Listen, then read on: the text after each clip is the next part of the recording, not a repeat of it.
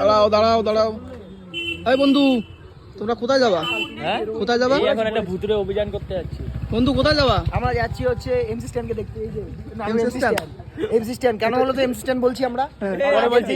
আগের দিন আমরা যখন ভূত অভিযান করতে গেছিলাম, ভূত ভ্রমণ করতে গেছিলাম, ভূতকে দেখতে গেছিলাম, হ্যাঁ। তখন নাড়ু ভয়ে বলছে হরে কৃষ্ণ হরে রাম এমসি স্ট্যান্ড মা কিছু MC stand MC stand MC stand.